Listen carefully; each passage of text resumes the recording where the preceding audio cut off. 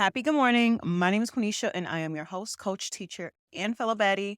And this is the podcast, Be a Better Baddie. Today's episode is What is a Baddie? The purpose of today's episode is to truly root us in what a baddie is and how you can be a better baddie. Before we jump into the video, I do want to extend an offer to all of you. So I am having my first workshop called Tap Into Your Inner Baddie. So everything that you hear me talk about today, if you're like, I need help tapping into that, what resources can I use to help me tap into this particular thing? If you come to tap into your inner baddie, you are going to dive into the practical pieces of what it means to embrace your inner baddie. I'm going to offer you all the steps. I'm going to have different templates for all of these reflection activities that I'm talking about. Because until you match the knowledge that you're gaining from this podcast with your everyday practice, you're going to be stuck in the same place. At the end of the webinar, you would have cracked your inner baddie and she's waiting to emerge. She's ready to come out. So if you're ready to sign up, look at the link in the description and that'll take you to where you need to be to read all the information. So let's jump into understanding the baddie persona, okay? Baddie is defined as someone who is balanced, authentic, driven, deserving, iconic, and evolving. General overview. It's about self-empowerment, right? It's about self-assurance. It's about continual growth. But each of these letters, of course, come with their own ins and outs of what it means to be a baddie. So we're going to break down each letter today. And you need to be taking notes. So now that you have your pen and your paper, we are going to jump into the first letter, which is B. B is for balanced. So balance is about being satisfied with all parts of your life. This means that you need to prioritize activities that contribute to your emotional, physical, and mental well-being, and you have to know how to effectively manage stress. So I have tools that can help you bring more balance into your life, and one tool in particular is the Baddie Life Wheel. Using the Baddie Life Wheel is going to help you evaluate your satisfaction with each part of your life and prompt your thinking for how you can improve those parts of your lives. Overall, everyone has their own major 8 components of their lives. But for this example, I'm going to name these 8. So self-image, spirituality, health and wellness, community, recreation, finances, career, and physical environment. Imagine a wheel and the wheel is split into these 8 parts and it kind of has these concentric circles. You would think about your level of satisfaction with each component of your life and feel up until that particular level. So on this wheel, if you're interested in using it, I do have a few guiding questions that'll help you determine what your satisfaction level is and what you actually need to consider when you are evaluating your satisfaction with these different parts of your lives. So I'll name a few of the questions, but for instance, for self-image, I ask you to think, how do you feel about yourself when you look in the mirror? Do you practice self-compassion and accept yourself for who you are? Thinking about these kinds of questions, it takes you outside of, okay, self-image, I look at myself right now. Because if you look at yourself right now, you could be so happy with the way you look right now, or you can be so unhappy with the way you look now. But we're not asking about in this moment, what have life patterns essentially told you? How do you feel about these different components of your life? So being able to evaluate and act on those things is going to help you create more balance. After you complete the wheel, you need to think of it as a physical wheel. So if your wheel is too uneven to function, that means your life's a little bit in shambles. And you need to figure out how to add some balance to the wheel so that the wheel can turn. Like imagine a wheel on a roll. Like it needs to be even on all sides or edges of the circle. So you need to think about now, how is this area affecting this area? And these are all things that I can help you with in your one-on-one consultations. If you're not ready for a one-on-one, I definitely recommend you do the Tap Into Your Inner Baddie workshop just as a good entry point, just to even start thinking about these things. So you need to work on these different parts of your lives so that your will essentially will be balanced. I'm not saying that your will be at a perfect 10 all around. That's impossible. Your will won't be all perfect 10s all around. But we can get you to like a solid 7, 8, okay? Even some 9s, but just a bit more evenness there. Now, the second letter in Baddie is for authenticity. So I believe that authenticity is definitely a lifelong journey. Throughout our lives, we're going to experiment with different partners, different hobbies, different jobs, to identify what feels right to us over time and what feels authentic. So eventually we get to a point where we feel comfortable with ourselves and our flaws, our strengths, our weaknesses, our habits, our aspirations, situations, mistakes, wins, losses, everything, right? But it takes time for you to find your authentic self. And I think a good way for you to embrace what is authentic and really discover what is authentic to you is to think about what is genuine and consistent in your life. Whatever is the easiest for you to do is probably the most authentic to you. So for me, it's easy for me to start making unsolicited suggestions to people when they are talking about a situation or I feel like they need help. It's easy for me to jump into that position. So that is authentic to me. It's easy for me to want to spend time by myself after I've talked to people all day long. That's easy for me. That is authentic for me. I don't feel forced. I don't feel uncomfortable doing those things. And you develop this version of your authentic self by having the courage to be yourself wherever you are. I did an episode earlier this year about not sacrificing the authenticity of yourself for the sake of being relatable. And I think so many people are okay with sacrificing who they are just to make sure other people around them feel comfortable, even when you're not necessarily doing anything wrong. No, we're not sacrificing our authentic intelligence just to make someone else feel better, okay? So be okay with people not liking you. And I'm not saying, hey, go out there and start a mass hate train for yourself, but be okay with not being other people's cups of tea and other people not being your cup of tea either. Another good way for you to determine what your authentic self is to determine what your values are. So in the description, I'm also including a Baddie value sheet. And this is a good entry point for you to pick out what your values are. So I like to look at the whole sheet and then pick out your top 10. After you pick out your top 10, narrow those 10 down to 5. After you have those 5, pick your top 3. You can't live by 10 values. You have 3 top values that you're like, this is me. I'm going to rock with this regardless of whatever situation I'm in. So pick those top 3 values and then journal about how you embody these values in your life and how they manifest in your life. Now, at this point, you're probably thinking, hey, Quenisha, I'm overwhelmed. You've gone over 2 pillars already. I feel like you're throwing a lot at me. I know, baby girl, it's a lot. That's why I told you write it down. Write it down so you don't feel like you need to process it all right now. Not only write it down, but I also have a tool that is going to help you determine, hey, which of these do I really need to work at? Because honestly, some of you are already really good at balance, right? You don't necessarily need to do that life wheel. Some of you are already living your authentic self. As I go through the rest of the pillars, you may think, oh, I need help with this one. So what I have for you is a quiz to help you determine what are your strength areas and where are your growth areas. And this quiz is going to tell you what is your strongest baddie pillar and which pillar you need to grow in. Now, I don't want you to go take the quiz right now. I just want to tell you about it. Calm down. I just wanted to tell you about it. Do not go take the quiz now because I still want you to get a full understanding of what a baddie is before you go and take the quiz. But just know the quiz is there for you. And I want to tell you this so we can focus. I want you to focus. Let's jump into the next letter, which is D. And this D is for driven. Now, if you know anything about me, you know I love a good goal, right? Baddies are driven. They have goals. They go for them. They embody discipline. They know how to manage their time. And they implement productivity strategies. We also believe in diverse goals, not smart goals. We okay with a smart goal. They have their place, but not with us. So I have this analogy that I like to use. Imagine a huge brick wall in front of you right now, right? This huge brick wall is your big goal. Your big goal could be anything. So think about what your big goal is. That's one big brick wall. It's your responsibility now to break that big brick wall down brick by brick. By you taking down the bricks, you're now dissecting the things that you need to know how to do to achieve this goal. So if my goal is to lose weight, that's my big goal, right? I need to break it down brick by brick. What are the things that I need to do to lose weight? What am I currently doing that I can't lose weight, right? So taking down the brick means I'm now dissecting what it means to achieve that goal. And those individual bricks are the things that I need to do.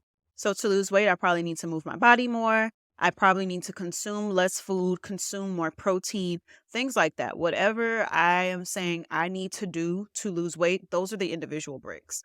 When I start building the brick wall back up, these are the habits that I need to implement in order to build my wall. So that means that I know that this habit, this thing, what I need to do is walking more steps a day. I need to walk 10,000 steps a day. That means me building the wall is me saying, hey, every day I'm going to walk 10,000 steps. I'm going to walk 3,000 in the morning, 3,000 in the afternoon, 4,000 in the evening. Breaking it down so that I know exactly what I need to do to achieve said goal. Breaking down your goals into these little chunks is going to drive you to achieve them, because by breaking them down, they're going to seem more manageable and more defined.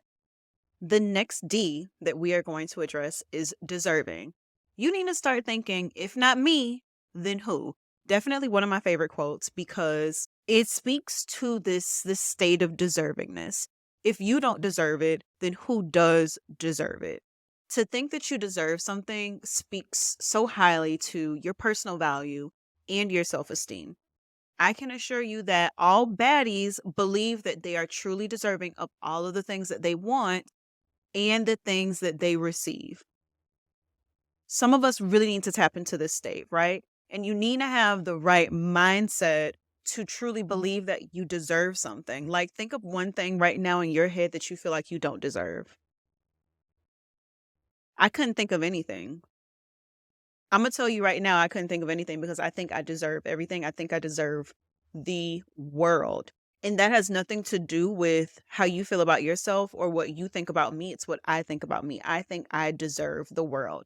As a baddie, you deserve it. So the best way for you to step into this state of deservingness and to feel like you can have it all and you should have it all is to face the facts. When you don't feel like you deserve everything that you do, that comes from a place of lack, in a sense. Like, you feel like you haven't done the things you need to do to deserve it, or you're not the person that you should be who deserves those kinds of things, but you are. So with facing the facts, I want you to think about all of the accomplishments that you've achieved over your life. And then once you think of the accomplishments, think about the traits that are associated with the type of person that achieves those, right? So let's say one of my accomplishments was I won a gold medal in ice skating. Now, what are the traits of someone who wins a gold medal in ice skating? That person's probably very disciplined, right? That person's disciplined. That person's dedicated. That person's fit. That person is mentally strong. That person is a team player. That person, I can go on and on about that person, right? These are the habit, these are the traits of that person, right? Because I'm the person that won this gold medal. Now, what habits and routines did I have to cultivate to get there, right? I had to learn how to be mentally strong. I had to learn how to say no to things that didn't serve me. I had to learn how to say yes to the hard things. Think about the habits and routines that you had to cultivate to accomplish that thing. The next thing I want you to do is think, how would you describe that person to me? So remove yourself from yourself for a second. You've chosen accomplishment. You've now talked about the traits that you had to embody to achieve that accomplishment. You've thought about the habits and routines that you had to cultivate to accomplish that. Now tell me as if you're talking about another person. So I would say, because remember, I won the gold medal. This girl who won a gold medal in skating is so mentally, physically, and emotionally fit. She's a team player. She's so disciplined.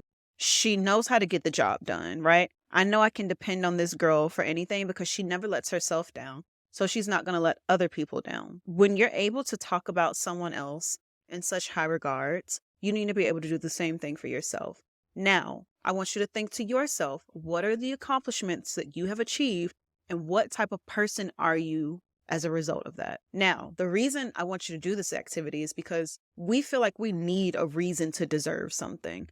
Okay. Now, if I did all these wonderful things, I deserve something. So now I can rationalize in my head that this is for me. This is how I can step into the state of deservingness if it's not something that's innate to me.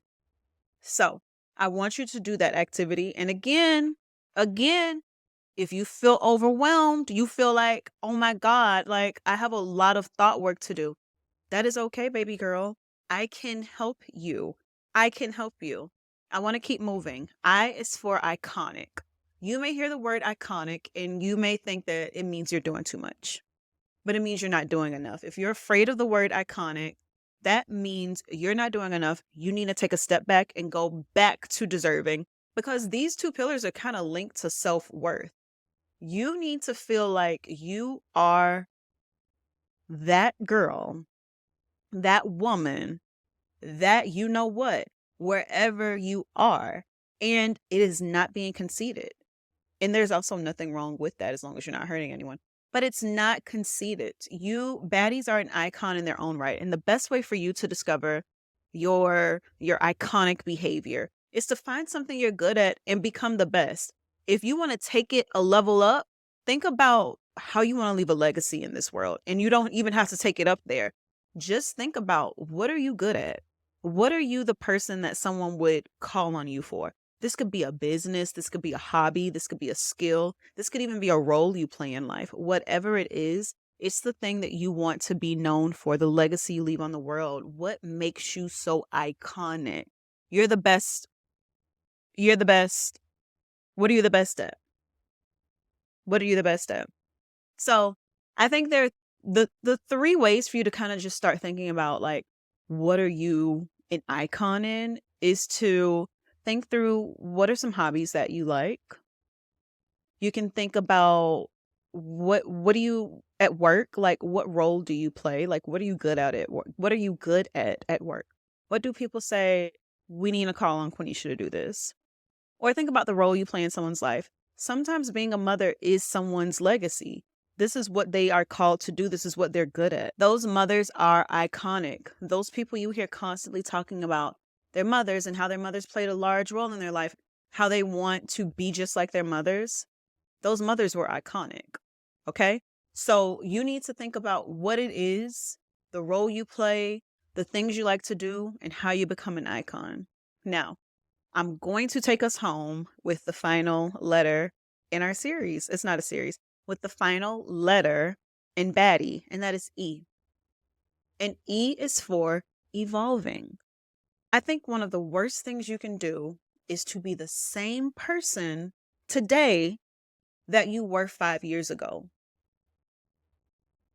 The example I have is when you get those notifications from like Google Photos and they're like, hey, 5 years ago on this day, you were here. Take a look at the memory we created for you. You're able to look at it and you're like, look at that. That's so cute. I love those, right? Because I'm able to look back at a specific time or a specific date and think about who I was at that time, who I was with in the picture, maybe like, where was I in this place mentally, emotionally, physically? And then I can think about my journey like, wow, because I can't just look at a picture and call it a day. I always have to turn it into a moment. So I love these moments because I'm able to just think back and say, wow, I've evolved. And I love that for me. I look back and I reflect on the person that I was. Now, I think that evolving could be one of the hardest pillars for one to achieve because you have to be open minded. In order for you to be an evolving baddie, you have to be open minded. And this is harder than it actually seems because your brain it likes easy things, right? Your natural inclination are things that are easy and your brain loves to do them. So when you make the choice to be open-minded, that means that you're open to being curious. That means you're open to feeling empathy for others. That means you're okay with your beliefs being challenged. That means you're okay with being wrong. That means you're comfortable with the unknown. And that means that you're also okay with believing that people who have opinions that are different from yours, it's okay for them to believe in whatever they believe in, right? That is what it means to truly be open-minded. Someone who has a completely different opinion than you feel like, hey, you have the right to express that. That ain't got nothing to do with me. The next thing you can do as an evolving baddie is to truly lean into change. So as time goes on, change in your life is inevitable. They say that the only thing constant in life is change, and that is 100% true. Stop trying to hold on to the past and keep things the same because By doing that, you're truly disrupting the trajectory of your life. Your life is not supposed to stay the same. Your life should continue to progress. And by you saying no to change and not leaning into it, you're ruining things. The last thing I'll say in terms of you embracing your natural personal evolution is to document everything. Earlier, I named the example of me getting the Google Photos notification and looking back at that moment. Document everything. Take pictures, take videos, journal. One of my favorite activities is to look back at my old journals and say, wow, look how much my thinking has shifted. So when I think about the way I used to process events, they were always so negative and so me centered. I would always feel like this person's doing this to me and not even thinking, hey, this person has a life. That's not what I thought. So document everything so that you are able to see how you've changed over time. And it can be very refreshing and evidence of your evolution. I will stop right here because, again, I've thrown a lot at you, but I hope that you've really, really gotten the grasp of what a baddie is. If this is too much for you to do on your own, I get it. I know it's a lot. You shouldn't try to do all these things on your own, especially all at once. So I highly, highly encourage you all to take my quiz to figure out which baddie pillar you should put the most focus into. And once you put some work in to see what happens, take the quiz again and see what progress you've made. If you want to skip the quiz, though, that's also an option. And you just want to get the tools you need to be a better baddie. You just want to work on everything at one time. You can start implementing them with me in my Tap Into Your Inner Baddie workshop. I want you to view this workshop as an investment of your money and your time. We'll take 2 hours to do a deep dive into each of the pillars. We're going to discuss the mindsets that you need to be a baddie. And of course, you'll be in great company with one another. The link to grab this is in my description box. So leave me a comment below. Let me know which of these baddie pillars do you feel like you vibe with the most? Which one do you feel like you need to work on the most? Which one do you feel like you're already a badass at? And I'll see you guys in the next one. Bye.